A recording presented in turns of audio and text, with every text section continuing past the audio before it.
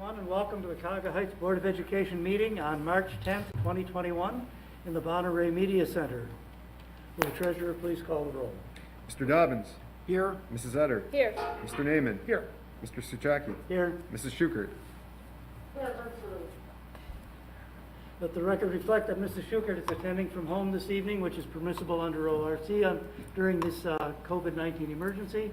And we appreciate her being able to be here, even though I know she's a little under the weather. Moving right along, oops, I'm sorry. I think that was it. So we go on to Pledge of Allegiance. I think, oh wait a minute, there it is, I'm sorry. I didn't click hard enough and I didn't see the next text. On behalf of the board, I would like to welcome all students, staff, parents, and interested community members to tonight's Board of Education meeting. Board values and encourages public comment on education issues. Anyone having an interest in the actions of the board may participate during the public comments portion of the meeting. A copy of the board meeting agenda is available on the website, and please silence cell phones during the meeting. And now we can move on to Section C, Pledge of Allegiance. Allegiance to the flag of the United States of America and to the republic for which it stands, one nation, under God, indivisible, with liberty and justice for all. Thank you. At this time, I'll entertain a motion for the approval of the agenda. So moved. Moved by Mr. Naaman, Second? second by Mr. Dobbins. Is there any discussion? I've got the NeoNet contract on, and its approval timeline. I'm going to remove that from the consent agenda so we can talk about that separately, since we got that very late last week, and that's a big ticket item. And if the board wishes, we can talk about it tonight and then hold a special meeting to approve it later. But we have to have that back to them by April. So I apologize for the sense of urgency with that, but Dave just got it last week. So when we get to my section of the business, we'll talk about the NeoNet contract. Okay. Any other comments? Hearing none, will the treasurer please call the roll? Mr. Naaman. Aye. Mr. Dobbins. Aye. Mrs. Etter. Aye. Mr. Suchaki. Aye. Mrs. Schukert. Motion passes 5-0. At this point, we're moving to Section 3, presentations, and I will turn it over to our superintendent, Mr. Evans. I want to start out by recognizing we've got some guests with us today. Mr. Sam Cash, the general manager, and Caitlin Niedermeyer, the office manager for UniFirst Corporation, which is located in Brooklyn Heights. And they've come tonight so we can recognize them and thank them appropriately for their recent donation. They donated 500 masks and 200 cases of hand sanitizer. And just recently today, we probably picked up another 10 or 12 cases of cleaning supplies from UniFirst. UniFirst is located on Granger Road in Brooklyn Heights, so they're in the district. And this is, under the current times and the current situation, this is extremely appreciated by the district, and we wanted to recognize the two of you for that. I teased that when you got here last week with the cases, I said it looked a little like one of those clown car scenes, because the 20 cases of sanitizer, they just kept coming out of this car, and it was never going to stop. And if you saw the picture on Twitter where we stacked them all up, I still don't know how you fit all those cases and the two of you in the car together. But it is truly appreciated.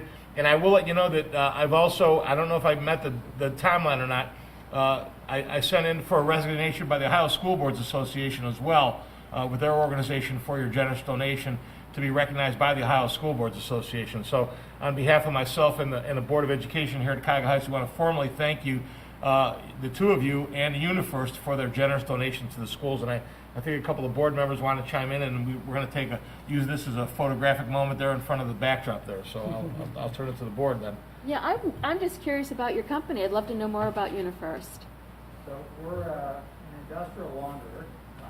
So we do everything from industrial to executive to safety garments. So uniforms are our core business, but then we provide floor care and hand care products.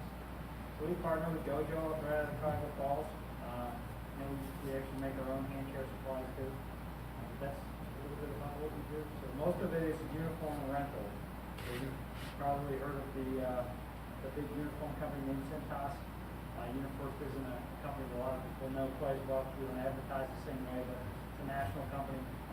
Corporate is out of Boston, Massachusetts. And your office is you're Brooklyn Heights. in Brooklyn Heights. We Wonderful. moved into Brooklyn Heights about 10 years ago. We've been in the market for about 30 years. Very good. Yeah, the area down behind them used to be cornfields, so I used to pick sweet corn for Richardson's back in the day. So I know the area back over there pretty well. Well, I just want to say thank you very much. You know, this is a community that we are so blessed that we have people in our community that are generous to us, our school district, and benefit us in many ways. And so on behalf of everyone here at Cuyahoga Heights, we'd just like to say thank you very, very much, and it's much appreciated. You're all very welcome. Thank you so much. Yes, thank you so much. Thank you. And I left one other thing out. Sam, when he stopped by, brought one of the motionless hand dispensers, and so it's in my office. So now when the kids come in to get M&Ms, they got to do a pass under the hand sanitizer dispenser before they go get their M&Ms on the way out the door. So, That's good. Sterilized. Wonderful, wonderful. so we're going to take the Dave. We're going to go over in front of the backdrop, and Matt, you going to come over? Or? With mask, without mask? Over, Luke. Pictures of something with the mask on? Yeah. You folks see the mortar in the middle. We slim it down, Mortar too. by the treasure knife. Slim it down. Let him say thank you.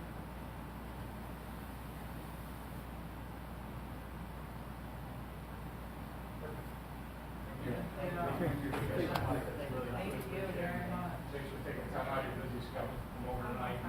So we did the board good fun right now. The board really does enjoy being able to see some people face to face and we tell them the wonderful things that you guys have done. They like making the connections. Absolutely. Really, very helpful. So, thanks again. Absolutely. This won't be the last time. Okay, great. Thank you. Thank you very much. Thank you.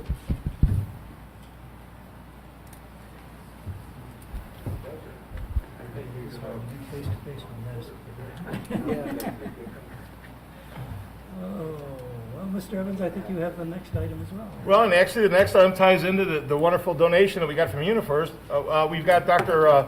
Trangle with us, and he's an infectious disease. Dr. Trangle's working with NBD Medical, Environmental Health Solutions. This is the group that we contracted with. And Dr. Trangle's here to talk to you a little bit about what support that they're providing for the district as we get back into school and some of the things that they're helping us to put in place. So, Dr. Trangle, I'll turn it over to you. Thank you very much. I don't want to violate any protocols we have here, but I've been vaccinated. I've been negative in my antigen test. Should I take this off? Is that okay with you? I stand over here? That's fine. Okay. I mean, I feel like titanium, actually. Okay, you should too once you get your vaccination. It's really very beneficial. I put together some slides. I don't think necessarily I'm going to follow them directly. I'm going to answer your questions and just give you sort of a general overview. I want to be available for questions, concerns you have, issues you want to bring up. So with such a small group, we can do a little bit of give and take. I wasn't sure, honestly, what to expect, a small group of 5 people or 500 people or Zoom. I just didn't know what you had in mind for me. So, but I see with this group here, we can be as informal as you'd like to be. And you can interrupt me and you can ask me any questions you want. So short background about myself. I know Tom knows, but you guys don't know. So basically, I'm trained initially as an internist, and I'm boarded in that, then occupational environmental medicine, preventive medicine, addiction medicine, and I went to an MHA and I have an MBA. So I've been very involved in setting up as medical director different programs around the country. I've worked for big companies, 100,000, where we actually set up medical protocols. What you probably don't realize is occupational medicine is the particular discipline that deals with corporations, school districts, hospitals, etc. I've been medical director of Mount Sinai Hospital here, among my other things. So we deal with infection control all the time. In fact, one of the 10 things that we deal with is epidemics and pandemics as one of the things we have to plan for. So we were involved in the SARS epidemic and some of the swine flu, etc., setting up protocols for companies around the world and how to prevent that and how to treat our workforce. This is similar to that, what's happened here. So that's kind of my background. I'm on staff at the Cleveland Clinic. We have a Corona task force at the Cleveland Clinic where there's 3 occupational docs and there's some infectious disease docs too. I'm also on the teaching staff at university, and we have sort of the same thing, so I work with these guys too. And MBD Medical approached me about a year ago. Actually, the initial conversation is how do we take care of people that are exposed to water-damaged buildings and indoor air quality, mold, and that sort of thing. So we put a protocol together because people were concerned about coming back after their building was damaged, after they had a fire or whatever, about the medical issues. But after COVID started, nobody really cared about fungus anymore. It was not a big issue. So we sort of segued into what people had come to talk to us about. So that's what we've been doing. So what are some of the things we do? NBD per se, it's a corporation that basically has done fire restoration, water damage. It's like ServPro, which is obviously a much bigger company, but they've been doing this for 40 years, and they have a deep experience of doing that. So I've partnered with them really basically as their medical director to help them out in these kinds of issues. They continue to do the sanitation. They have access to all the PPE equipment that you're going to need. They'll educate your staff on how to do sanitation, what equipment, what products to use, what are the pitfalls and potential health hazards, which I work with them very closely on. We find that in terms of my advice on sanitation, a lot of it has to do with people just not understanding the right equipment and the right product, and they sometimes use things that are potentially dangerous. Things should not be used in the kitchen or potential food, they use it. Things should not be exposed to people because they have allergic reactions. We find that 30–40% are using it. So by working with them, you'll get the right product, in the right amounts, and the right way to put it together, and the right protocol. We're using actually to try to train you, like to train the trainers, so that we're trying to hold your expenses down and just do it in a reasonable way. We work with several school districts. I'm medical director of Ravenwood Hospital, which is a mental health and addiction medicine facility. We work with restaurants, law firms, quite a few number of organizations with this sort of thing. So that's what we do. So what I'm going to do is things that I will cover. We have a medical hotline, and this is just kind of what I want to explain to you. The things that you can look to me to help you with is all these things that has to do with return to work issues and return to school issues.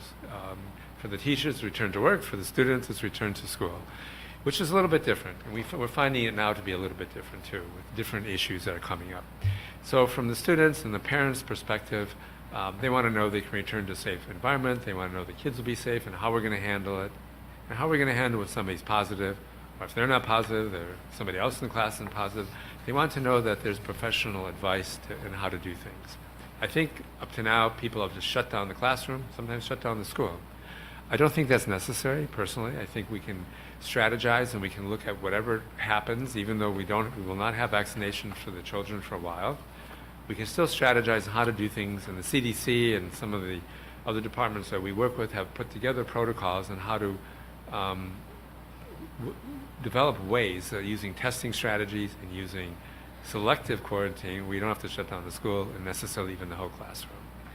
And that's what we found has worked pretty well at different school districts and different companies that we've worked with. And that's the kind of service we want to offer you. So part of it is somebody is positive, and we will work with you. I brought this here. I didn't write this. This is your protocol. The first half is your protocol that your administrative staff put together. They did an excellent job. They really did a great job. I mean, I must compliment you. A lot of it's taken from the Ohio Department of Education, the U.S. Department of Education, the CDC, but it's really an up-to-date, really good manual. The other parts I put in here are really the other backup from the Department of Education and the other groups that we work with on a regular basis. So we check this like you do on a regular basis. I know you actually have meetings probably every week with the state about what's going on. But we check with the national levels, and we try to keep up to date, and we also have the medical ability to do contact tracing and to hone down on any particular person that you have that has an issue. I've had a lot of discussions in teacher meetings with other schools where the teachers are concerned. Now we're throwing, in addition to testing, and which was one of our biggest strategies in the past, how to get people back to work and how to assure them that it's safe to go back to work by using testing strategies. We're now going to be throwing vaccination into the mix, which always just makes it a little bit more complicated. And there's a lot of misinformation about vaccination, a lot of misunderstanding about vaccination, things that it does and doesn't do, when it's safe, when it isn't. What does 90% safety mean? Can I go? Can I take my mask off? I mean, there's a lot of questions that have come up, of which there are some answers, and there's some that we're still trying to answer. The advantage working with us is, I may not know everything. It may seem like I know everything, but I don't know everything. And I will find out if I don't, to the best of my ability. And I will give honest answers to you and to your parents and to your teachers. And I think it'll be credible. And usually what I say is based upon scientific evidence. It's evidence-based, and it is credible. And I think because of that, we've been able to craft policies with schools. And every school is different because you have different politics in every school. but we've been able to work with your band department, your sports department, other kinds of departments in different schools to keep it open or to do different things because we see what's going around the country. So those are the kinds of services we monitor. On the agenda, you'll see the things we monitor: the CDC, the OSHA, ACOM, which is the Medical Directors Association. You'll see that we look at things such as not only sanitation and PPE and offer advice. We also look at teachers' concerns, the whole issue of vaccination and testing, and when do you use it, and how do you employ these strategies, which is a topic we can get into if you'd like. And one of the things that's now becoming very interesting is the issue of getting people back to work from both perspectives. We have a group of people that don't want to come back to work for reasons that in some cases may be legitimate, in many cases are not.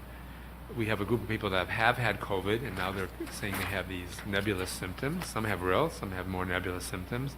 And you'll see a lot more of these coming up now, the long COVID or the post-COVID syndrome, they're calling it, where people say they can't go back to work, including teachers, including staff, including workers here. So we deal with that. These are the things we try to deal with, and we're gathering data and looking at fitness for duty for your staff, which I guarantee you will come up with your teachers and your working staff at some point in time, in the very near future, if it hasn't already. So by having the retainer contract, I basically become available 24/7. I usually don't many calls between midnight and 7, I just want you to know that. But I am available if you need me. You have my cell phone there, and like today I had 5 different calls from different organizations about how to handle different issues. So that's what you get, and I think in many cases it will head off at the pass hysteria and just misinformation that turns into issues that you don't need. So that's kind of my little introduction. I'm happy to answer any questions. I don't want to prattle on too long. But one of the things that we have done to kind of lead up to Dr. Triangle is that everything comes through my office and Tracy Deal. So we don't have the elementary office making one decision or the elementary nurse making a decision about a possible situation. We don't have middle school or high school. We don't. So it all funnels through. When it's reported, it all funnels through Tracy Deal, and then we follow the protocols that we have in place. And then if we need to call Dr. Triangle, we call Dr. Triangle to see how to proceed on that. Actually, being back the week and a half, the week right now has been relatively smooth. We've had a couple cases. You might have seen the email that came out from me, and I had a couple parents last week and say, hey, thank you for the email. Even though we appreciate the transparency and letting us know that what grade levels that were affected and that type of thing, without being specific about it. So I think we're on a good course right now. Obviously, the last couple of days helped us a little bit with windows open, and if you follow Twitter at all, you saw that some of the upperclassmen had lunch in the stadium, and they enjoyed recess too. They were out on the football field in the nice weather at lunchtime. But all those things will help us kind of get through the school year, and we're going to do whatever we can. And it's an ever changing, which magnifies the importance of Dr. Triangle. It's ever changing, and as we have seen from the beginning, sometimes what comes out from the Ohio Department of Health and the County Department of Health are a little bit different. We're trying to evaluate that's a phone call to Dr. Triangle to say what direction we need to go with some of this stuff, and how do we need to handle specific situations. So, one of the other things I'll offer you, which I've done in other organizations and other schools, is if you want to get together your teachers when they have questions, concerns, etc. We've had roundtables. I've had meetings in the auditorium, but I also had Zoom meetings where people can log on and we spend an hour going over questions. Same thing with the parents. If you wish to do that, I'm happy to do that. Now, you actually went through our entire building and did an assessment of what we have in place. I personally did. Mark Mucci, who I work with, did do that, and then we sat down and went over things. I personally did look at all your policies, procedures, and protocols, but I did not actually do the sanitation. He does that. Okay. We have a team of people that do I'm just curious about the evaluation of that. What were the good things, and is there anything else that might need to be addressed? Well, from the sanitation perspective, actually Mark put together a report, and I think he sat down with you guys and went through the good and the bad things, and told you in depth what they were. From a policy and procedure and going forth from a medical perspective in terms of your PPE, in terms of your distancing and these protocols, it's very good. What's lacking here, which I don't expect you necessarily to have, is testing strategies and vaccination strategies. because it's something that's continually changing, and you really got to be talking to other doctors. I have meetings 3 times a week with different organizations talking about these issues. I mean, on Zoom, and their calls, we go over these issues. One of our group is, we have a subsection of our group that's all the medical directors of the largest academic medical institutions like the Cleveland Clinic and Mayo, Rochester, and the biggest one, Vanderbilt, etc. We talk about these things, how we handle this, what we should do, how we should handle our employees, how we should handle the public. So we go over this stuff in terms of vaccination strategy, testing strategies. So we're pretty familiar with when to test, when not, what it means, and how do you look at big groups and do the test to make sure that it's safe to come back in big groups. That's what we specialize in. Can I ask a question? Of course. You can hear me? I can't see you, but I can hear you. Okay, so hi, I'm Lindsay Schubert, I'm the board member that's not there on camera. This kind of hits home right now as I have a faculty student quarantine due to an incident at lunch, and I'll keep it at that. I'm also an educator in a different district, and we're about to be all in next week. Oh, thank you.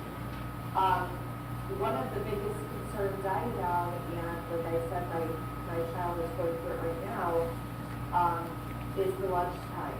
And the protocols that we have in place, kids are less than 3 feet. They're 3 feet if they're sitting still, and it's from nose to nose. And a bigger kid, that means they can be very close. Their masks are off so they can eat and drink. I guess not only as a parent, as an educator, but also now as, a board member and somebody that's living it, I'm just really concerned about that. Like, are we doing the best that we can do with having a height spacing at lunchtime? If your space is only 3 feet, I don't think it's enough.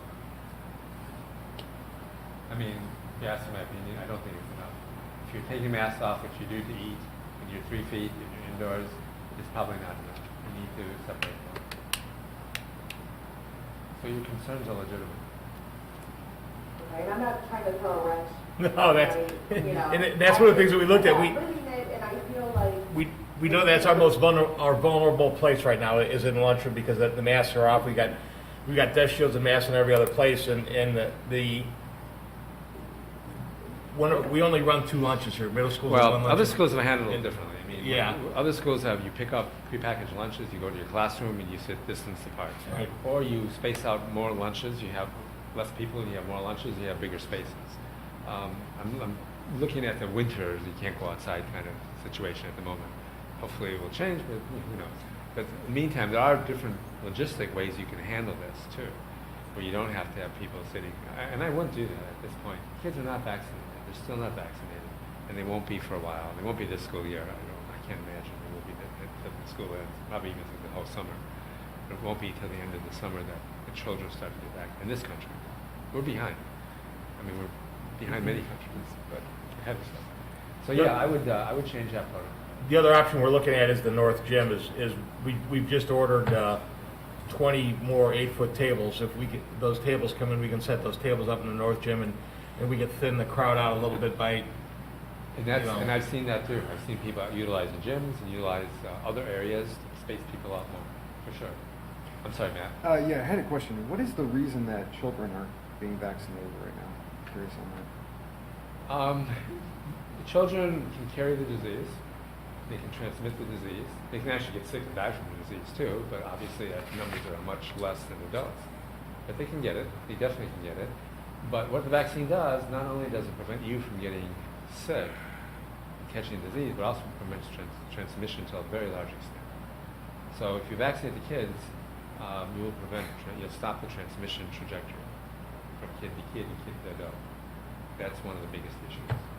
That's why we want to get all the kids vaccinated. And some countries are doing it. I mean, Israel is leading the world by far. They're at like 60%, 70% vaccination of the whole population.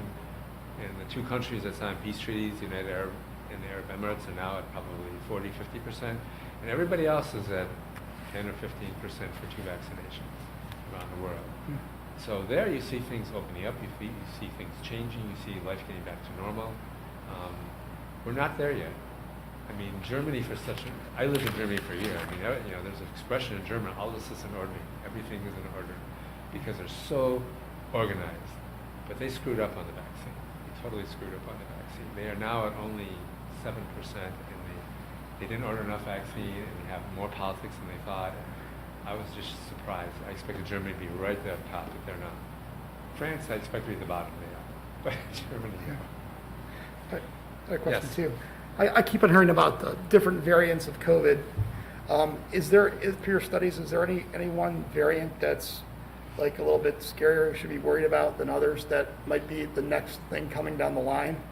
Because I know that I keep hearing about those, and I'm not sure how large or how scary those things really are. And is there a big concern about that? Yeah, let's talk about vaccines in general and about variants. So yes, the concern is variants are totally expected. I mean, that's why we have flu vaccines every year, because it changes. They have variants that typically are changing every year, and they're trying to pick them up every year with the flu vaccine, picking up the new variants. So that was not unexpected. When they say they're concerned about variants, what they mean is when they first did the testing with the Pfizer and the Moderna, there were no variants because it was just pretty uniform at that point in time. The virus was just starting, it all looked pretty much the same. So the testing with these were not done with variants. So they don't know because the variants have come out recently after the initial data came in on these. But now they're following it up now with more tests, et cetera, even the two initial vaccines, and AstraZeneca also. The Johnson vaccine, however, was tested primarily in South Africa and Brazil, where because of their lack of social distancing and policies, they have rampant variants in both those places, all different kinds. And the Johnson vaccine actually proved pretty effective against even the variants. It was not, it was not ineffective against the variants at all. So that's the advantage of the Johnson vaccine. It's also one shot. The disadvantage is it's a different technique. It's not been studied as well. People don't have as many people in the studies as the other two. So there's pros and cons. I mean, I agree with Dr. Fauci. I mean, if you don't agree with Dr. Fauci, you better have a good reason. But I agree with him, whatever you can get, you should take. Yeah. Because there's pros and cons. None of the studies have been head-to-head. Moderna, AstraZeneca, Pfizer, J&J, to see which is better. None of them have been head-to-head. They're all about the same as far as we can tell. So what that means is you get your first shot, and you are, within a couple of days, you're probably almost 50% protected. Within a few days, you get the viral reaction. Some people get a fever, whatever. But then you start building up immunity almost immediately. So when you go for your second shot, you're probably 70, and even more in some cases, percent protected already. You get your second shot, you go up to 90 to 95%. So what that means, and that takes another 2 weeks basically, what that means is you still can get the virus, and 5 to 10% of people will get it even though they've been vaccinated. However, keep in mind, as I was telling you, Gary, is that none of these people have died. Almost none of them have been in the ICU or gotten really sick. There's been mild cases. So even if you get it after your vaccination, it's going to be, everybody we've seen, the thousands we've looked at have been very mild cases, not one death. So I mean, that's really good news. So you should feel good about it if you have 2 shots in 2 weeks. And the teachers should feel good about it. The kids should feel good about it. They should be, willing to go. We're going to be changing protocols about masks and everything else.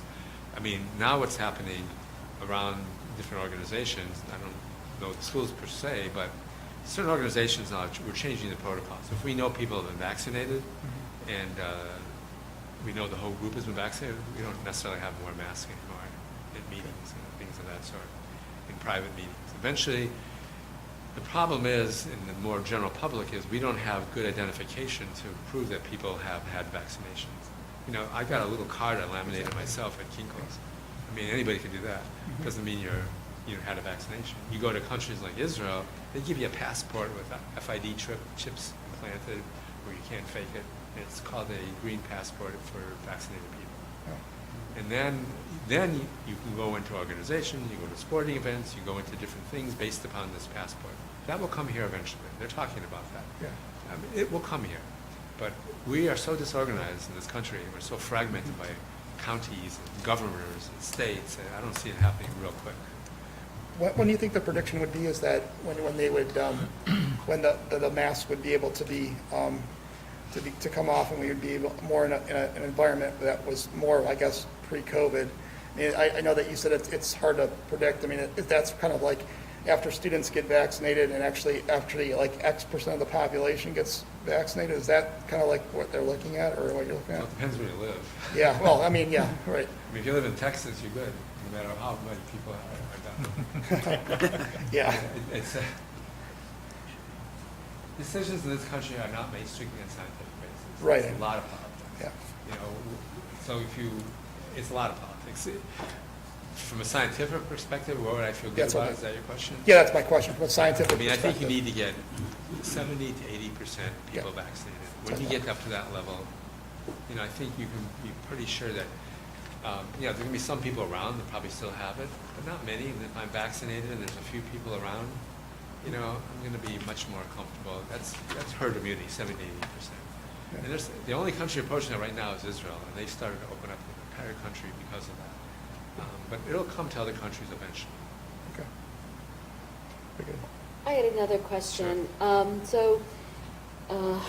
We're a couple of weeks away from spring break, and when we had Christmas break, there was a lot of concern about what would happen, people, celebrations and things like that. So we're approaching spring break now. Anything of an advice or guidelines that we should be looking at so, we don't have like this concern that we might have to quarantine again after spring break? It is a concern. And you have kids. I have 4 boys. You can't control them, and you don't know what they're doing when they're on break either. You don't have a good feel for it. It's actually not just the kids. I've seen the teachers. I've seen the staff. If you check social media, you'll see a lot of people out there partying during break time. It's not just the kids. Yeah, there's concern because you will transmit the disease, you bring people back, and there's a higher chance you're going to have issues. I think what you need to do, I guess what I would do is I would spend some time educating the staff and the students. Maybe take a day and say, we have spring break coming up. We really need you to know that we are concerned about this. We're going to be checking people's temperatures. You're going to fill out a questionnaire when you come back. If you socialize with other people, you have a good chance of having an issue. If you do have an issue, we're going to quarantine you. That's all you can do, really, at this point in time. And the parents, too. I mean, some of the parents, some are very diligent, and some could care less. I want to add too, this is our coaches have gotten a tremendous strength with this. All year and even last year, just the way that they're talking to the kids, the way that they're, letting them know ways to keep safe at practices and games and stuff like that, but also outside of that. And, what's good is the majority of our kids are involved in some kind of activity at high school. True. So, I think the coaches, in addition to the teachers too, again, having kids in the system, I'm hearing these messages, and I'm glad that the adults are kind of reminding them.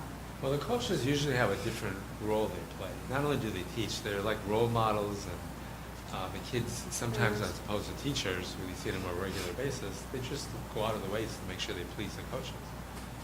But I think, if you ask my advice, I think it's moral persuasion and having any role models, any people that can talk to the kids, explain the consequences and why it's important to do it, including the coaches, including the music, including the teachers, educators, and have a special session set aside just to, in a very serious way, explain to them this is spring break. You guys have done well. This is a period of time, but if we get past this, we maybe can have sports again, maybe we can have band again or something coming up in the summer. But if you guys party and you don't follow the rules, etc., you may not even come back. You may not have to have school. We may not have any of the things you want to have later on. But I think you need to talk to them. That's all you can really do. I think our coaches set the tone well very early on with the temperature checks and the social distancing and the masks when they were not in the things that they did in pods, and they did a great job. And they really strictly emphasized to the kids both in the fall and all of our winter sports that we're not going to get to participate if we can't follow the protocols. And I think that as I looked at both basketball teams entering the tournament, we had not many people played as many games as we did, and we were able to play games because we didn't get into a period where we had to shut a team down for 2 weeks because the entire team went to a party. And I heard dozens of cases of schools where this school was at a party with another school, and now both schools are shut down because there were some cases, and now they had no choice but to shut down an entire level of basketball team. So I think we were fortunate. I think our coaches followed through with that. Spring's a little bit more difficult because I think people feel a little bit with the vaccinations and feel a little bit more free and easy about it now, and they're outside too, and we know that helps us too, but I think we have to maintain our diligence. I was watching track practice today, and I'm just watching how particular Coach Schaefer is about not having the kids in real tight-knit groups, that they're really, it's different. And I think I told this to Mr. Dobbins back in the fall. I said, when I looked out the window and watched football practice, it's not like a football practice I had ever watched in all my years of being a football coach. And I teased Coach Martin about that he had never coached in that fashion before. And it is doing some things differently with keeping that spacing and keeping those protocols in mind that, we can handle with one kid coming down with it. But if it's one kid that's part of an 8-kid group, now we're in a different place. And the other part about that is the Ohio Department of Health has told us that they've kind of, as far as students testing positive, if they're asymptomatic, they can still come to school, but they've been very, very emphatic about that. They're still quarantined from any extracurriculars for 14 days. So while if a student is at a lunch table, and that's a great example by Mrs. Schukert, that if they're asymptomatic, they can continue to come to school, but they cannot participate in anything extracurricular for 14 days. So they're trying to do everything they can to keep kids back, at least in school, but understanding that those athletic situations have been places that, if not handled correctly, have been spreading situations. One of the things we can offer you also is I'm a consultant with a genetic testing company for COVID. So I have reasonably unlimited access to tests. I can give you like mass tests if you want to test. Let's say, somebody is exposed and you have a team of people, of 12 people, and you don't know what to do with the other 12 people. We can test them in 7 days. You don't have to wait 2 weeks. And if it's negative, they can go back and do whatever they need to do. So we can cut the quarantine in half by doing that. And if there's an exposure, the insurance will pay for it. Your teachers will be paid for workers' comp for doing this also. So there is resources to pay. You don't have to pay out of your budget. It's good to know. Very good. Anything else? I've got one. Sure. Doctor, I want to thank you for your presentation and sharing your expertise with us. It's very helpful. My questions go to the question about communications, and I'm wondering whether you see interest in your constituents or your clients in directed, targeted communications, periodic communications, given that the landscape is changing so frequently, and the background and the expertise that you bring to the table. Is there a need for that? And I guess what I'd also say is I appreciate your offer to meet with other community members, even in our district, and I'd like to talk to Mr. Evans and see if there's an opportune time for that to happen. So thank you. Well, I have done, I can share with you, I've done a regular blog on issues that are popping up and going on, for example. I can show you, if you want to give me a call, I can send it to you, Mr. Evans, and you can distribute it, give you an example. But it's a blog, this particular one, I've done a few of them, compare the different masks. What are the advantages of N95 versus a surgical versus the cloth mask that you guys have? Are there any advantages or disadvantages? What should you have? What about the ones from China? So that was one of them. How do you, for the hospital groups I have, how do you re-sanitize it when we had really a shortage of it? We've looked at the whole issue of testing and how long you have to wait to bring somebody back. There's a whole issue that's dealt with that. And the tests are changing rapidly. I mean, there's still a lot of confusion. What is an antigen? What is a rapid test? What is a PCR test? A saliva test, what can they use what when, and what does it mean? And what about antibodies? They're easy to get. Why shouldn't they have antibodies? So I think there's still a lot of confusion about that. I can try to simplify it for you, but there's a whole blog I put together trying to explain to people the differences and why we do one and not the other. I mean, as a doctor, I can see how it's confusing. As a layperson, I can see how it's befuddling. I mean, I really can. Yeah. You want me to do a blog? Actually, what Mr. Dobbins is getting at, I do a coffee talks on selective Saturday mornings, and we'd love to have you zoom in on one of our coffee talk sessions from 10 to 11 o'clock. and it's been pretty well attended by our parents, and then we'd advertise it out a week or so in advance, and then give them the opportunity to ask some questions. If you have Starbucks, I'll be there. No, I'm happy to do that. Okay. Just give me a heads up at what you want the topic to be. Very good. And how long you want me to wax on. It's been great. We've gone on Saturday mornings from about 10 to 11, and we usually start with a short presentation on what the topic is, and then the parents kind of chime in and carry it for the rest. I mean, I can just be there to answer questions. Yeah. I don't have to give a presentation. I'm happy to do that too. That might be the best. Okay, whatever you guys want, I'm happy to do it. Very good. We're in this together for as long as we have to do this, which probably at least be the end of this year. Yeah. Thank you, Dr. Tran. Thanks for the opportunity. Thank you very Thank much. you for being here. Let me go.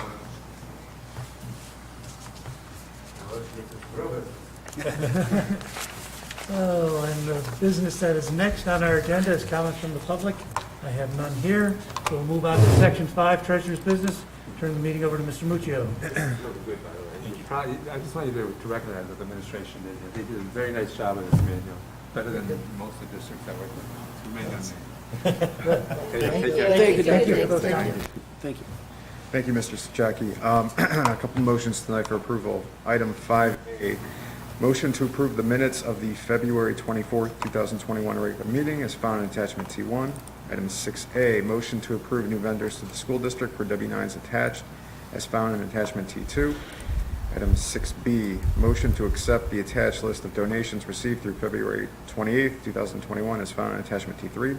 Item 6C, motion to adopt the tax rate resolution accepting the amounts and rates as determined by the Cuyahoga County Budget Commission and authorizing the necessary tax levies and certifying them to the Cuyahoga County Fiscal Officer as found in attachment T4. Item 6D, motion to accept the Auditor of State engagement letter for fiscal year 2020's audit as found in attachment T5. Item 6E, motion to approve purchase orders over $5,000 as found in attachment T6.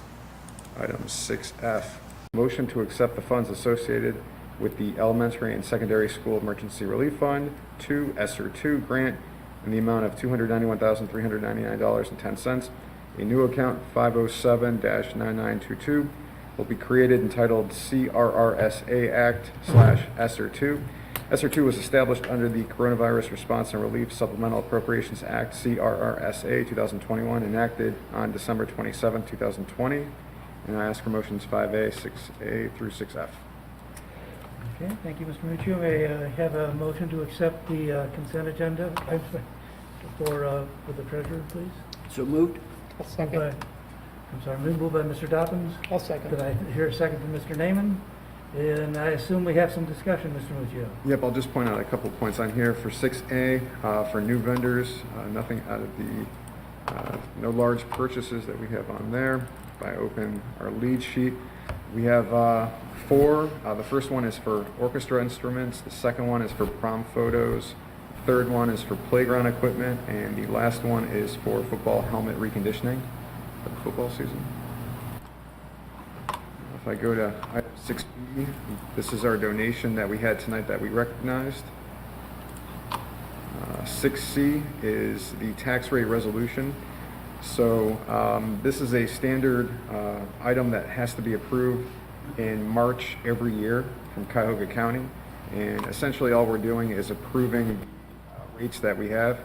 And the rates on the motion, which is created by the Cuyahoga County Budget Commission, matches to what we have in our 5-year forecast, as well as our alternative tax budget that we approved in January. So everything traces out.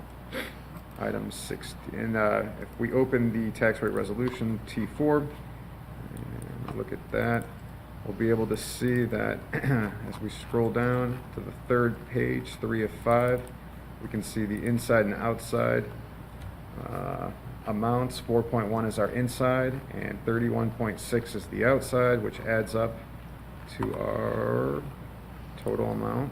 And if we go down to our alternative tax budget, which is below, we can see on there that 35.7 is our total, which again is 31.6 for the outside, the voted millage, and the inside millage of 4.1. If If I go to item 6D, this is to accept the engagement letter with the Auditor of State's Office. So we were notified a couple days ago that fiscal 20's audit's going to start. Actually, today was the first day the auditors were here on site, so we had 2 new auditors that are here working hard. And this is just the engagement letter, typical letter that we're going to see from the auditors as we begin our audit. Mr. Mitchell, I got a question. Yep. So like, I saw that on the letter, it said that we're going to expect us to receive the report on June 30th. It's quick. It's quick, yeah. So are we going to discuss the report before it gets finalized? Should I bring together the audit committee then in sometime in like mid-June, early June, something like that? Yeah, I know that they have June 30th, and they're still wrapping up 2019's audit. So, we'll see if that happens for June. We'll just have to Right. coordinate a date for whenever they want Yep. to discuss the issues at the draft copy before we make it final then, so. Absolutely. Beautiful. All right, thank you. Item 6E, purchase orders over 5,000. We just have one tonight. This is coming from Mr. Dave Wallace. Dave, did you want to talk on the CDWG 17 laptops that we're purchasing from the Cuyahoga Valley Career Center? Yeah, we're using this money to purchase 17 laptops for our students in the Project Lead the Way classrooms. Basically, with supply and demand, with the pandemic going on, it may be difficult to find laptops that are in stock and that meets the time criteria that we need to spend these funds by. So basically, what I'm asking is that it's up to $17,000. We find a laptop that suits our needs, and then we can go from there and purchase that when they're in stock. Gotcha. And just a little side note, the laptops for Project Lead the Way need to be a little bit higher capacity because some of the software programs that we run that Project Lead the Way runs through need a little bit more capacity to them, so it's not something they could use a Chromebook on or a lesser laptop on it. So the requirements of the laptops are from having purchased many as when I was a supervisor, a little bit more stringent just because of the breadth of the program. And from working with the Cuyahoga Valley Career Center, we are reimbursed up to $30,000 for these expenses. So this is $17,000 of the $30,000 that we work with CVCC. Okay. So we have a total of $47,000. Total of $30,000, and $17,000 is deducted from that. So we have $13,000 remaining from that. Do we know yet we're using the other 13 for? I asked the wrong person, didn't I? Yeah, so one of the things that we purchased was a new 3D printer for Mrs. Curry's classroom over at the elementary school. And if you've gone to the elementary school, you will see that she has custom-made clips that join the various desk shields together so they stay on the desk and don't fall apart. So she custom-made, it's just one of the applications, clips for any teacher that needed it over there at the elementary school. We also purchased additional kits for Project Launch over at the elementary school for Mr. Miller. We purchased 10 of those kits. Further, we have purchased a video editing computer and a new camera that will allow us to do our own videoing of the plays, the musical, board meetings if we want to do that, our own PR work. And that is being connected with a very exciting program that Mr. Wallace and Mr. Hartman are initiating this year. It's a technology mentorship program.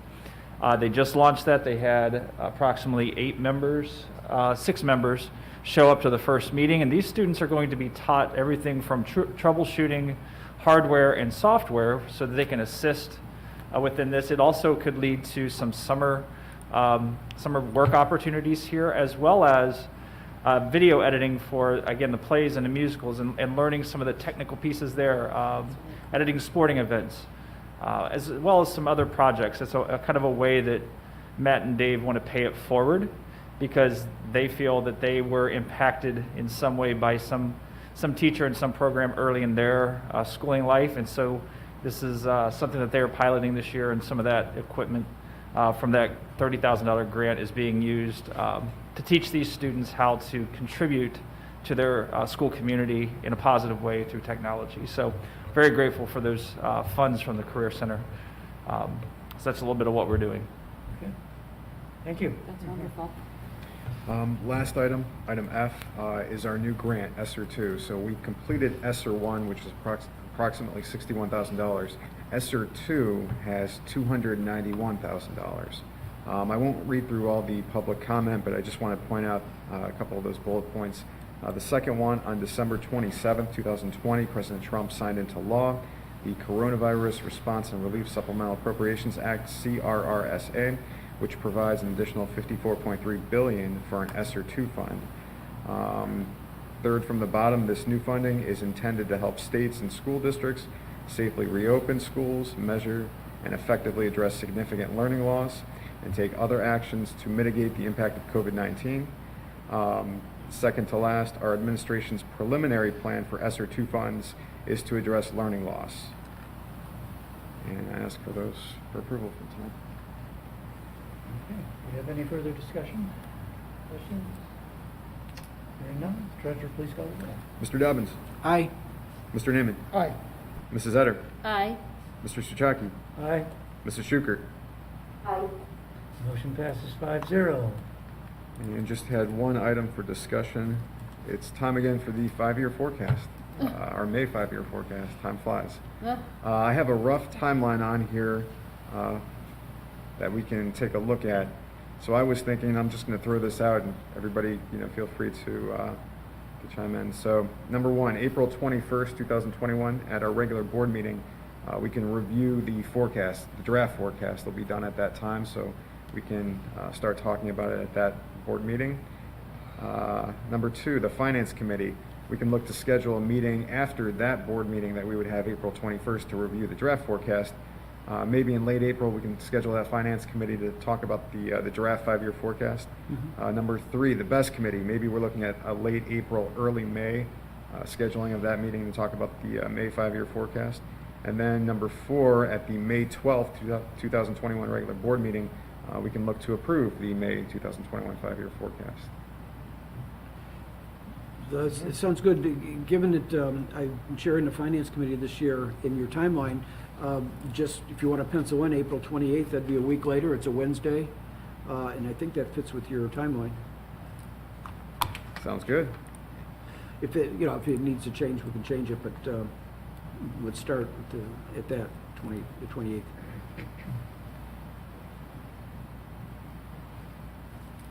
Okay. Perfect. All right. So if there are no questions, then we'll tentatively go with that timeline, and we're good to go. Okay. Thank you, Mr. Muccio. That moves us into the superintendent's business. Mr. Evans. All right, 9A, motion to approve the reemployment of Ryan Kelber as athletic director on a 3-year administrative contract effective August 1st, 2021 through July 31st, 2024, contingent upon successful completion of BCI FBI background, proper credentials if applicable. 10A, motion to approve reemployment of Matthew Hartman as IT support specialist as an exempt staff classified staff 3-year contract effective July 1, 2021 through 2024, again BCI FBI checks. And B, reemployment, motion of the Director of Information Technology, motion to approve reemployment of Dave Walls as Director of Information Technology on an exempt classified contract 3-year effective July 1st, 2021 through July 30th, 2024, BCI FBI background checks as well. 11A, motion to approve the employment of Donna Hanna as a cafeteria staff member for 2020-21 school year on a 1-year limited contract effective 3/15/2021 for the adopted cafeteria salary schedule, step 1, 4 hours per day, contingent upon successful BCI FBI record checks.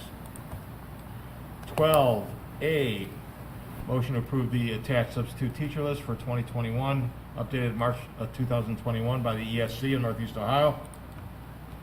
B, motion to approve the employment of Michael Turner and Scott Klein as substitute van bus drivers for 2021 for the substitute pay rate, successfully completing BCI FBI background checks.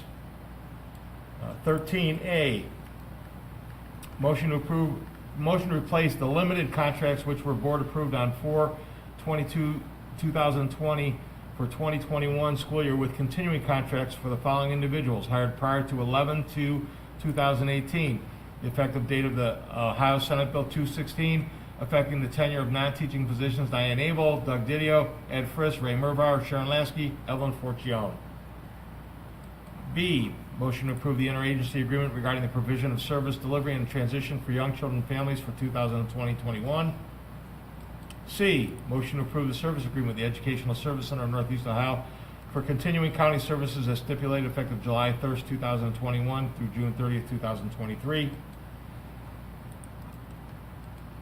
D, motion to approve the service agreement with the Ohio Network for Educational Technology, NeoNet for service, I'm pulling that one off, that'll be, I apologize, that'll be on its own. E, motion to accept the attached memorandum of understanding between Chase and the District's Board of Education regarding modifications of Article 20, leaves and absences, Section C3, unpaid leave of the negotiated agreement. I ask for those items to be approved. I'll entertain a motion for the superintendent's consent agenda, please. So moved. So moved, Mr. Naaman, Second. and second by Mrs. Etter. Is there any discussion? The three contracts, as we previously discussed, and kudos to the two board members that caught the one typo. We'll leave names out. But,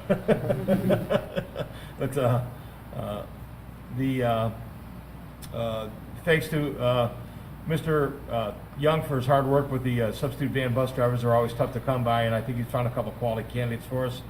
The non-teaching staff, 13A, after talking with John Britton and the enacting of House Bill 216, we had to figure out, because the tenure law changed, and this is from Mr. Britton's recommendation, anybody that was hired before then would fall into the old category, and anybody after then would fall into, so we had some corrections to make to the contracts based on what John's recommendation to us was.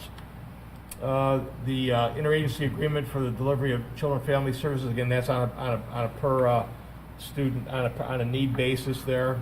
That's a blanket agreement that we have with them.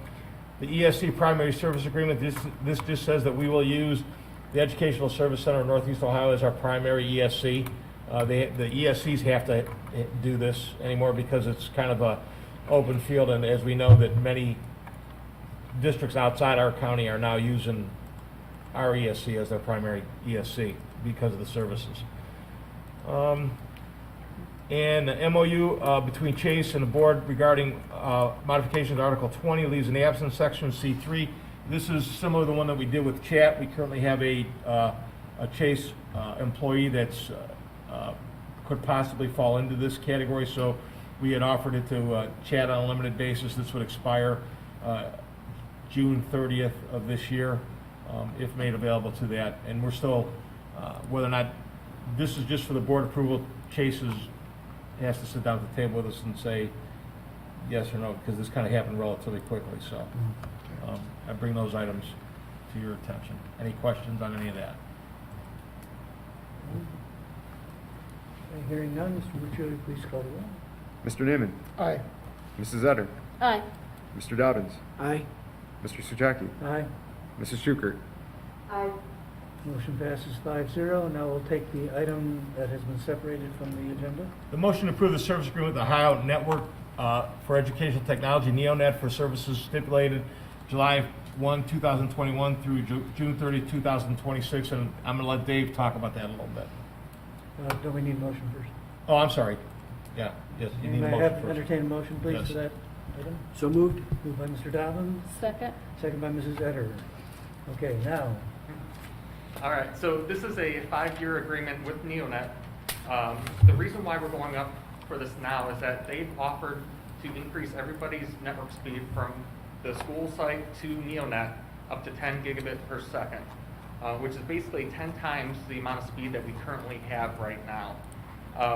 So basically for a minimal cost of about $1,500 a year, we can upgrade to 10G. And what this is going to do is it's going to give us better bandwidth in the district and also increase or decrease the amount of time it takes to back up all of our services here, all of our servers, to NeoNet. Currently, we utilize them as a backup site just in case something would happen here. You know, it's in Cuyahoga Falls, so it's a little remote. Basically, I calculated out, and it's going to be about 10 times less the speed. So it takes about 12 hours to do a full backup right now. We're going to get it in a little over an hour, which will ultimately, make everything a lot quicker and better. So basically with NeoNet, we've been very happy with them as far as their internet service provider.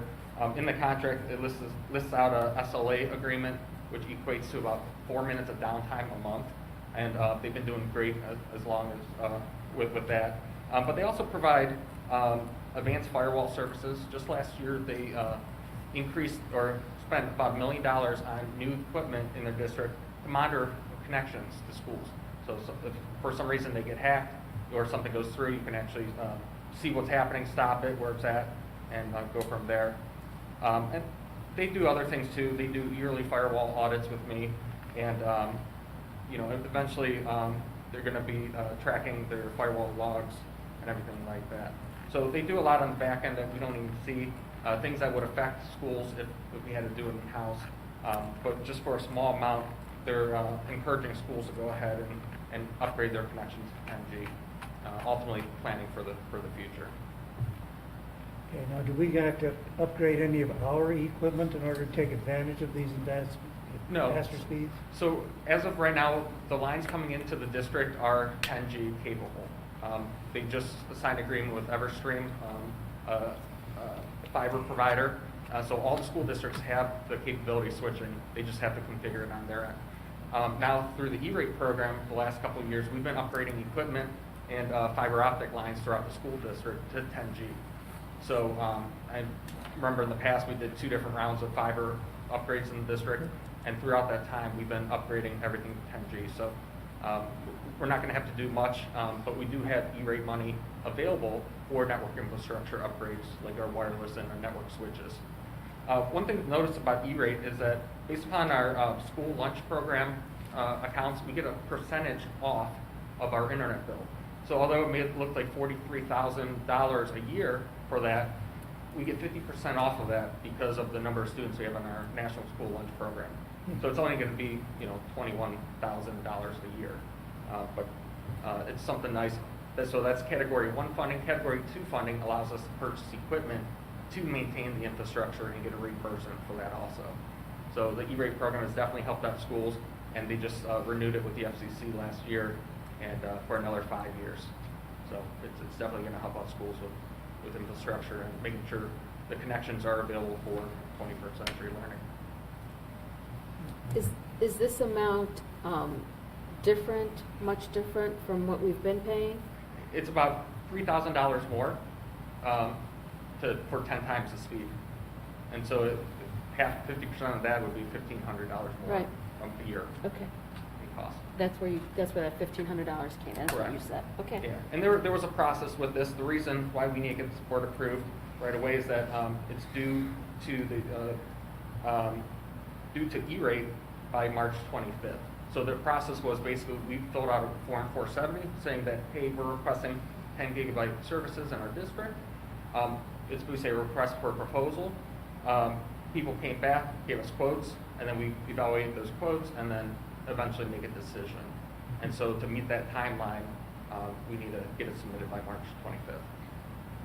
A couple questions too. So like some of the advantages of us doing that, then I know that you said, it would speed up the backup time. It takes 12 hours and it'll be 10 times faster than that. So do we do a full backup and then incrementals then after that? Or is that how we do it? So like that one time would save the full backup, which is done a weekly, I would imagine, or monthly? Or? So we do a nightly backup Nightly? to the internet. Okay. I believe that they're all incrementals at this time. Okay. Just because of the amount of size. Okay. It's about 5 terabytes of data we back up. Got it, okay. And so then that extra bandwidth and that speed is going to do what for our school? Were you having problems with like speed or bandwidth and all that? As of right now, Or no? we do not. Okay. But as we expand our programs and everything starts moving online more, Yes. it's definitely going to help out. NeoNet's been great to work with as far as internet speeds. Throughout this whole pandemic, we knew that we're going to have a lot of internet usage, of course, because we're using Zoom, we're using video, Yeah. we're using audio. And they purchased bandwidth in the background to help schools out Okay. while we were still stuck in our 1 gigabyte contract. So Got it. they're going to keep monitoring that as they see the need fit. They keep expanding it, and this just covers all of it for us. Okay. So without any increase of charge. So what's the biggest advantage of us doing this then, right now? What do you think is the single most thing, like why that we would need this right now? So as of right now, it's the amount of time it takes to back up our data and restore it. If something catastrophic would happen here, a server will go down, we'll be down for a minimum of 12 hours just restoring it. Got it. Just copying over from DNF to us. This will reduce it down to, you know, an hour and a half An hour or or so. so, okay. Which is amazing. I'm just gonna ask the question, how often do we have like a failure like that? Does it happen? I mean, occasion or no, that's pretty rare. It's pretty rare. We Okay. have built-in redundancies in our system. We do restore files every so often for people that may have deleted them, but nothing major. You know, Got it. we're talking about, you know, a fire in the server room or Yep. an earthquake or tornado comes through and demolishes the school. How quick can we get back up and running once we have new equipment in? And that's the whole restore time for us. So basically, yeah, if we lose the server, basically, then we would basically be shut down and back to paper pencil throughout the district then, if that actually happens, and then we have to wait 12 hours till that all backs up. So we're gonna be down for a day, Correct. basically, no matter what. At a minimum, yeah. Yep, it's worth it. It's definitely worth it. And if you look at their contract, they have different levels of proposals, and they just said, hey, instead of doing 1 gigabyte, 2, 5, or 10, just go directly to 10. You Okay. know, and just have that bandwidth there in the event that you would need it. And Got it. That's going to help our district tremendously. Yep. Yeah, it definitely seems worth it for that purpose only. Because if we do end up with an event, we're down, that's it. So, yep. And out of the 3 vendors, Neonet came in the lowest, which is great to hear. So. Yes. It's my understanding that Neonet is a nonprofit organization, in the sense that it's not a private enterprise, it's a kind of a government entity.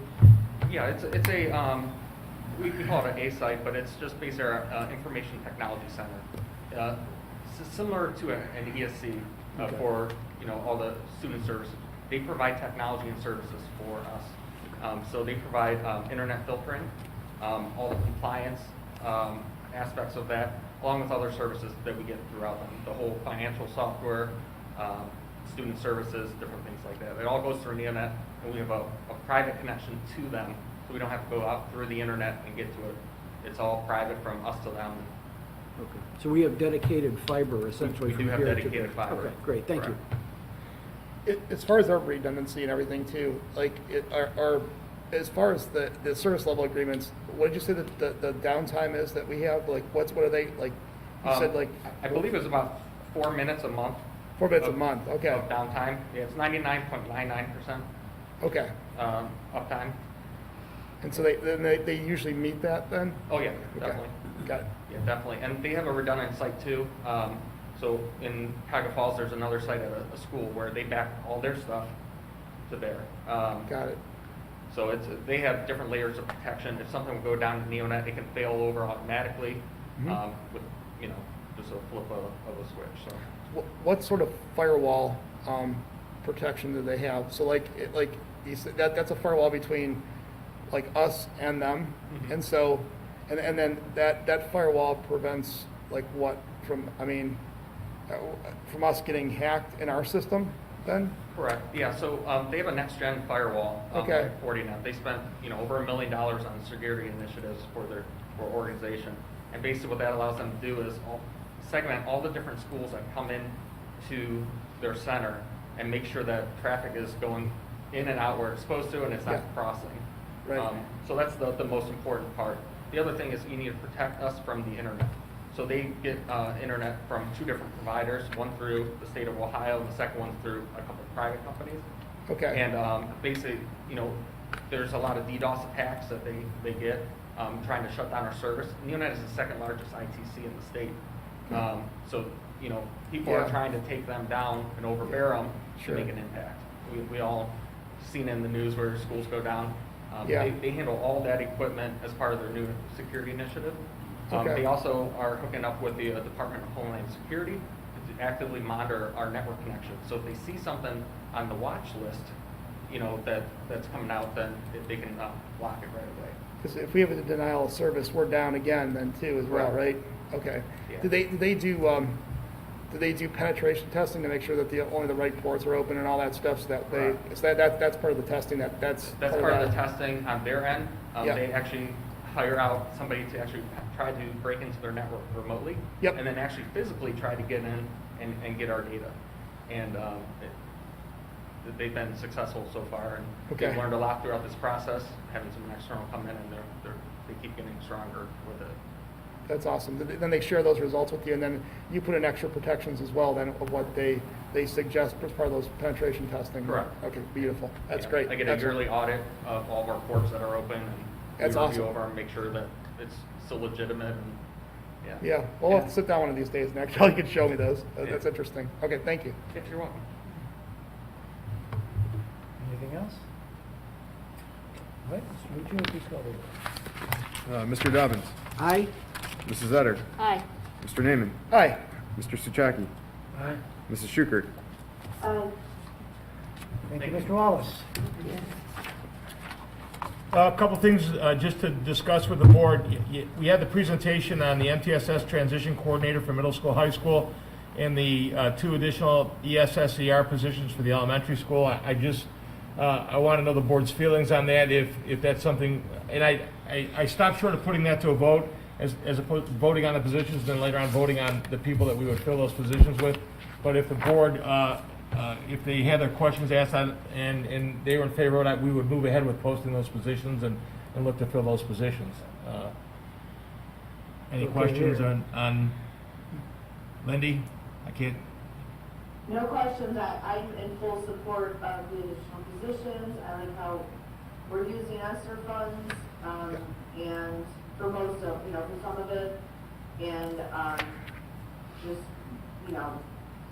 just with my role in education, I definitely see the need for these things, and I think that they will be a great addition to what we're already doing. so we'll begin, I'll talk to the principals and move forward. What you have in front of you in your notebook is the pool audit that was recently completed. And behind that is the audit that was done, and Lindy, I'll make sure I get this stuff home to you. The previous audit that was done by OHM, a little frustrating, and I'm gonna save this for a work session, but the pool audit we had done because we knew we were losing water in the pool. The one thing they couldn't tell us is where we were losing the water while there was still water in the pool. So the pool's now been emptied, and we're gonna have a group come back and pressure test the lines and see what we can figure out. It was losing 2 inches of water a night. But what this pool audit, as you look through it, will expose a lot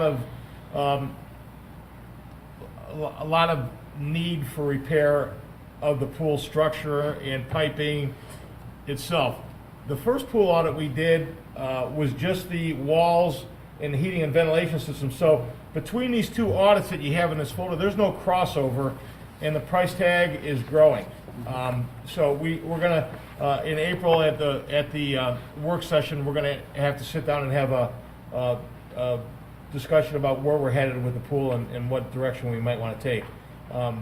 It's a little frustrating, but and not frustrating from the point of view that when it was constructed, a lot of things were not done, and there was no way of knowing at the time that the administration could have known, but a lot of things that would have saved us some grief right now.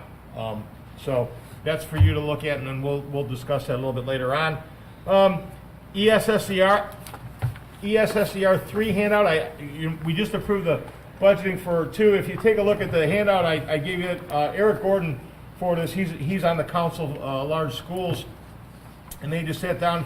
The federal government just passed a $1.9 trillion, and you can see some of the highlights there. Now, we don't know how this is going to break down, because we know that the state's going to take a piece of it too, but this actually limits how much the state can take. So almost 123 billion for elementary and secondary education,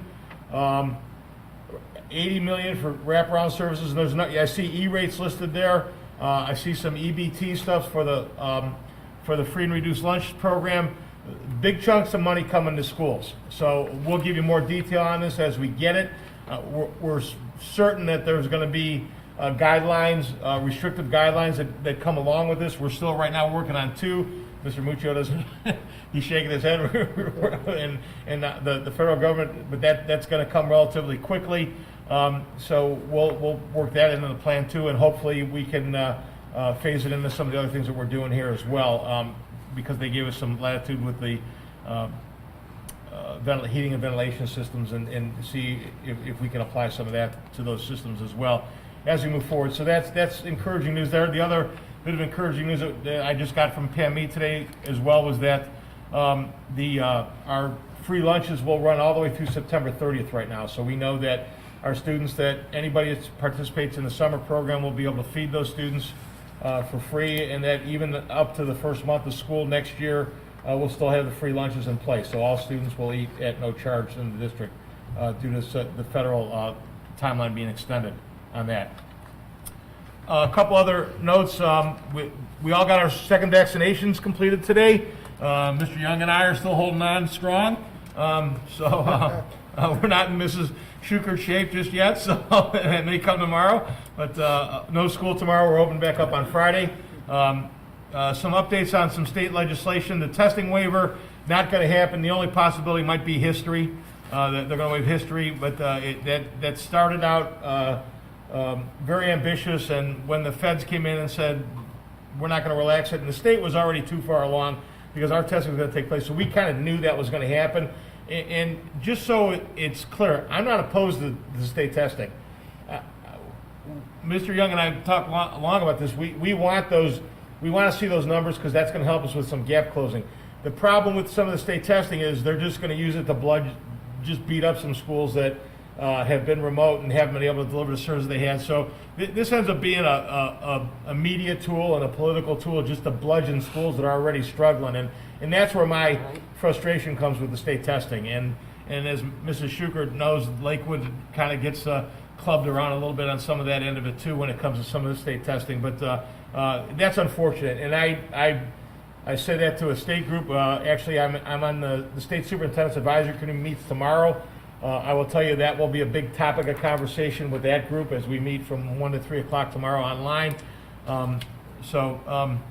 Ballot language for levies is also coming up as a proposal. That House Bill 140, we know that that's kind of been squashed twice. It's coming back again. Hopefully it doesn't get through committee on that. House Bill 117, territorial transfers.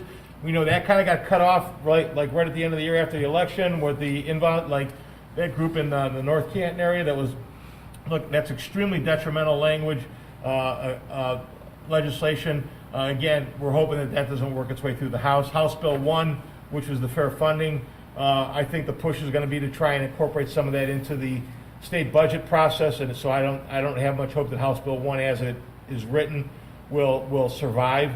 But the hope is that some of those things, after talking to the lobbyists, will then get written into some of the budget, so then that they can move forward. A lot of hard work by treasurers, superintendents, legislators to finally have a funding formula that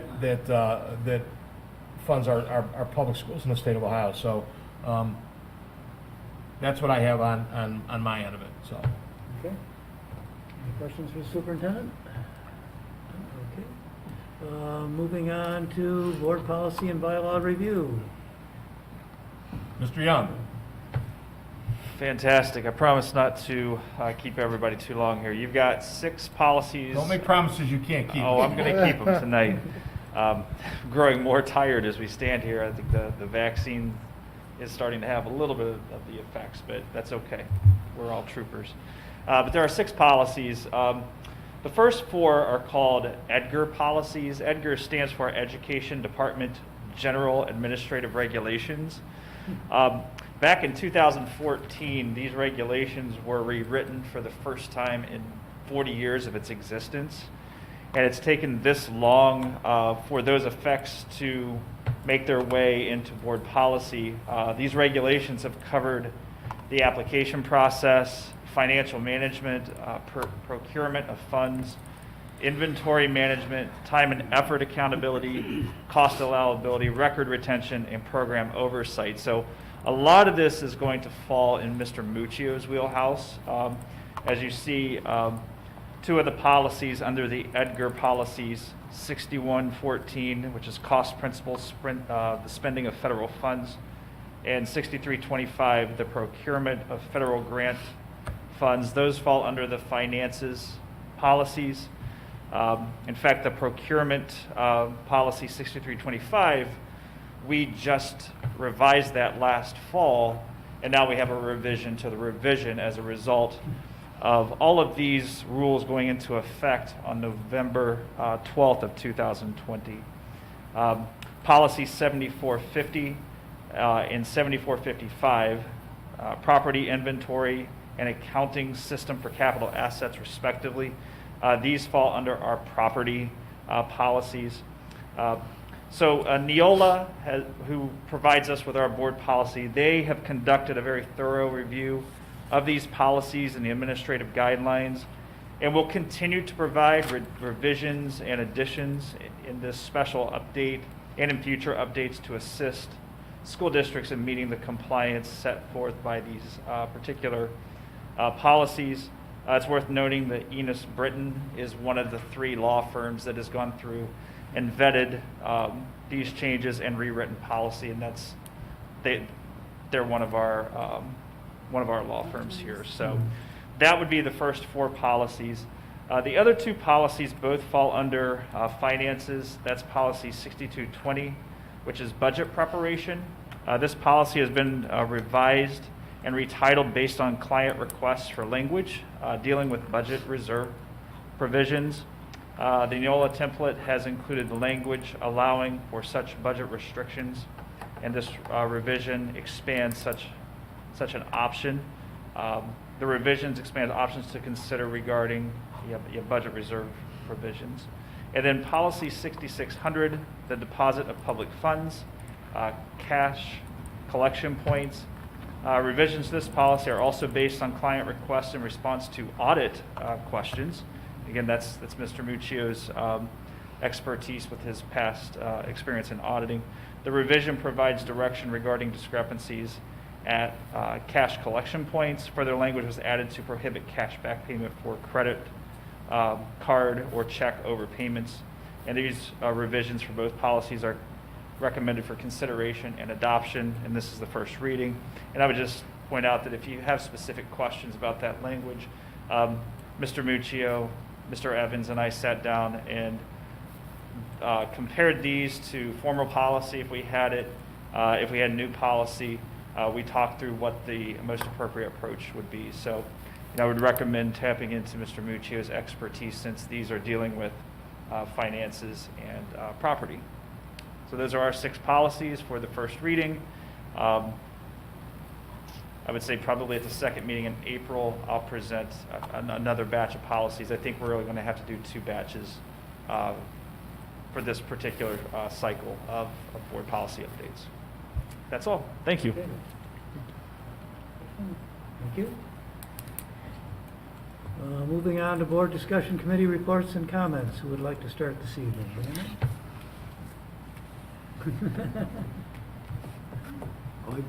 I'll go first. I got Okay. just a few comments. I was doing some research, and I think that I understand that Mr. Evans attended his very first Zoom meeting a year ago today, and the topic was COVID-19. And I just wanted to thank the entire CHS team, I mean everybody, for their extraordinary service this past year. Everyone has been called upon to respond in real time to innumerable challenges while still trying to do their regular jobs. So as a representative of the community, I want to express my gratitude to everyone in the organization. Everybody pulled together and has made this as successful as it's been thus far. I also want to thank Mrs. Houchin for meeting with me last week. I had some questions about the ESSER staffing proposals. She was very gracious and shared her time with me and was very informative. And I think that her meeting with me allowed me to save other administrators time, because we were able to, I was able to get my questions answered and in a way that I didn't have to call upon other administrators. But all the administrators offered to meet with me, and I appreciate that. And lastly, I wanted to thank Mr. Evans and Mr. Muccio for their conversations and meetings with me this past week, or actually phone calls this last week, on the Omnia Cooperative Purchasing Plan. I know Mr. Muccio did a lot of extra research and has been clarifying our legal rights, and so I appreciate that. That's it. Thank you. Might as well work our way down the line, so I'll go next. I'd like to thank Mr. Evans for taking the time last Friday to take me around the building the second day that we were back. to what is the current normal. And I was very, very impressed with how enthused everyone was. Students, teachers, administrators, everyone was thrilled to be back in the building and back on a normal schedule or near normal schedule. And the smiles on the faces and the learning that was going on was just very impressive. So I'm very happy that we're back. I'm very happy and grateful for all the work that has been done, as Mr. Dobbins pointed out, by all of our administrators and staff members to get us to this point. On a more business-oriented, we are going to have an IT committee meeting. Mr. Naaman, can you make April 21st sometime? That would be the date of our next meeting. April, And 20, April 20. Our next regular board meeting would be April 21st. You said what's the date of the meeting is what day? So what day of the IT committee? April 21st, 21st. the regular meeting. And the thought would be, your schedule is probably the most difficult one to work with. So we could do it like 6 o'clock before the 7 o'clock meeting, or if you prefer, we could do something in the middle of the day, a Zoom meeting, that you could do from the, I mean, from whatever you I would need. can make probably either one of them work on that, it looks like. So, yeah. I think that either one would work. I could either do something during the day. I can give you some times. But we can take that offline though. So I can make that day. Yep. Okay, so we want to do it before the board meeting that way? 6 o'clock? 6 o'clock? Sure. Okay. Got that? Mr. Wallace, Mr. Young, 6 o'clock on the 21st. And then the other item I was going to bring up is that the Career Center will have its first on-site board meeting since spring, last spring, at our meeting on the 25th of this month. Yes, the 25th of this month. We had found that the facility that we set up for that first meeting after COVID came in, and we were trying to do social distancing, and those meetings were just awkward to do somehow. The layout of the room was difficult. There were a number of board members who preferred to call in. So we just went remote and have stayed remote for nearly a year now. But we will be going back on site as of this month. And that's all I have. Moving right down the line. Thank you. So I attended the OSBA Spring Conference, the first virtual spring conference, and was delighted that our first graders did the Pledge of Allegiance for that conference opening up. They said that this was virtual, that they do intend to have 2 fall conferences that will be in person. They designated October 6th as the date to look forward to. I think the one that will apply to us. Rito Contepelli also talked about hoping to bring back some of the fundraisers, the captain's game, and that's the big fundraiser that helps to donate towards the Lester Morrison book grant. And he's hoping that they might be able to also organize an Indians game sometime later in the summer. On a sad note, it was told to everyone that Karen Dendorfer has passed away, and she served for 32 years as a board member at Parma. I think you guys might remember her when we went to the conference a couple of years ago. She's not only been a board member, but she's been a past president and has been involved with many committees involved with Ohio OSBA.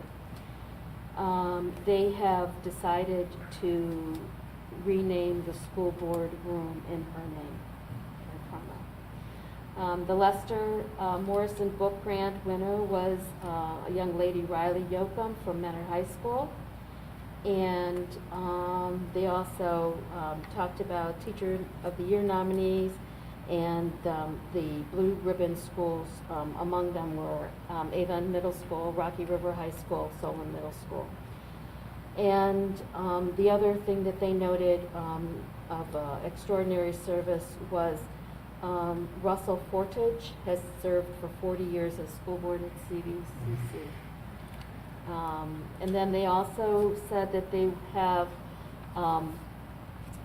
let's see how I can put this. So if you're seeking a reelection as a school board member, they have a program through OSBA, what's it called, something, Get On Board campaign to run for office. And if you're interested in that, you can go through OSBA to find out information to do that.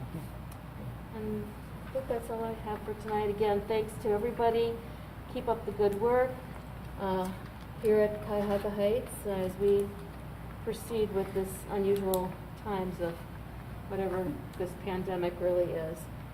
So, and thanks again to everybody who's making wonderful things happen here at our school. And like Mike mentioned, that Russ Sportless, you mentioned his name. He's the independence representative on the Career Center Board currently, and his wife is on the ESC board. ESC board, yeah, Carol, for many, many years. Well, 40 years, Yep. that's incredible service. Yes, yes. Thank you for mentioning all those things, and moving along, Mr. Naaman. Yeah, I'll just echo what Mr. David said initially too. I mean, it's hard to believe that we've been in this pandemic for a year, and the incredible journey that we've taken thus far. And really, you look back at it, and everybody's amazing here, from the administration to the staff and the teachers. Everyone's really has done a great job. The community has done wonderful things, like we just saw tonight with the donations received. The extensive plans and the late nights, the weekends that were spent planning to get our kids back in school to where they're at now. Incredible. I can't thank you enough for that. And really, lastly, that everyone that the administration, the staff, I thank you for the preventative measures that you're taking for the students, including getting the second shot. And I wish you well. I hope that you stay safe, and hopefully that the next 24 hours is the impact is very minimal to everybody. So thank you. That's it. Mr. Schuker.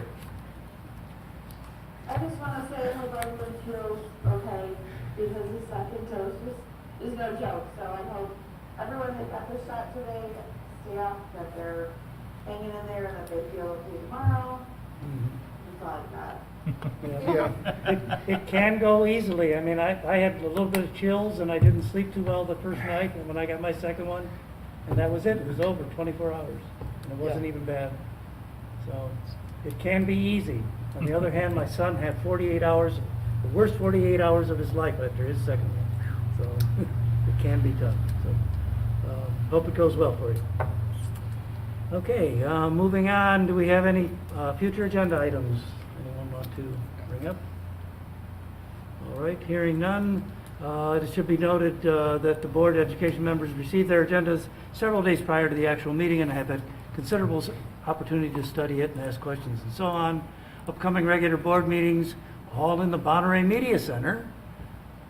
Are we going to be able to do that with Students of the Month? We'll play it by ear. Okay. We're gonna have to see in April. If the music department can be back in the band room, we'll move back to the auditorium for Students of the Month. Okay. So, I Okay. hate to bounce this around, but it's just a lot safer to do it that Okay. way. All right, so those meetings probably here, but possibly in the auditorium for a couple of them, April 7th, April 21st, May 12th, May 26th, and June 9th. At this point, I would make a motion that we adjourn to executive session per Ohio Revised Code Section 121-22G4 to prepare for, conduct, or review negotiations or bargaining sessions with public employees concerning compensation or other terms and conditions of their employment. May I have a second, please? Second? Second by Mr. Dobbins. Any discussion? Hearing none. Treasurer, please call the roll. Mr. Souchaki? Aye? Mr. Dobbins? Aye. Mrs. Etter? Aye. Mr. Naaman? Aye. Mrs. Schukert? Aye. Motion passes 5-0. It is 8:34. We are moving to executive session. No business will be conducted after we resume to adjourn.